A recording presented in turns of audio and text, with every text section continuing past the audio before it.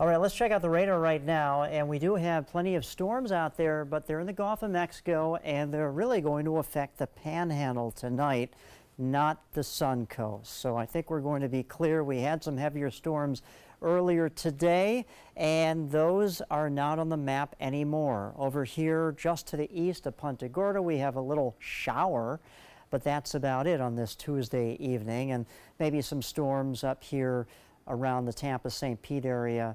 But other than that, everything is looking to be a pretty tranquil evening. 78 degrees our current temperature right now, mostly cloudy skies, but lack of heat now because the sun has set and no sea breeze convergence anymore other than cloud cover. I think we're going to be dry and free of any raindrops for this evening. Dew point at 75, not much of a wind. It's out of the north at 3 miles per hour. Today, we hit a high of 88 degrees. That's 2 degrees above the average of 90. And then as far as our rainfall goes, look at this.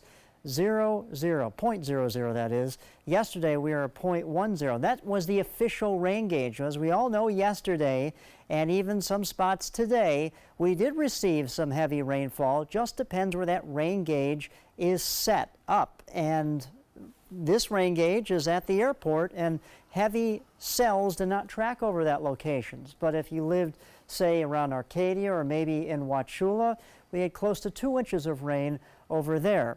Other areas picked up about a ½ inch out of some of these cells.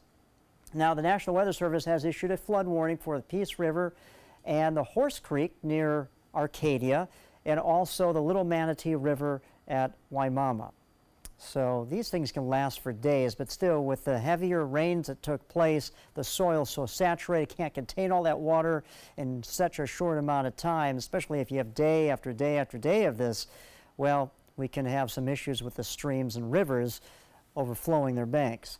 Now, what we expect for this week, cloudy skies, and at least for the work week, we have about 40 to 50 to even 60% chance of shower and storm activity. But as we get into the weekend, it starts to dry out. Dry air moves into the area, and we'll have partly cloudy, mostly sunny skies. One thing for sure, though, it will be muggy over the next few days. Here's a dry air off the Atlantic. That's going to be held at bay here, and then finally it's going to win out as we get into the weekend. But right now, we're in the middle of two spinning wheels here, with area low pressure to our west, area of high pressure to our east, helping to bring in that moisture from the south, the clouds, the muggy air, and also the shower activity. As you can see, the futurecast starts to wind down in the overnight, and as we get into tomorrow, storms start to trigger again with the heating of the day as that takes place inland. Tropics are quiet on this Tuesday evening. That's good news for the boaters for tomorrow. South wind at 15 knots, seas 2 feet. Tonight,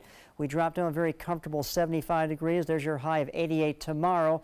Again, we could have some more shower activity. But as you can see, by the weekend, things start to dry out, and into early next week, partly cloudy, mostly sunny skies. I'm sure some people will embrace that. Jacqueline? Thank you so much, Josh.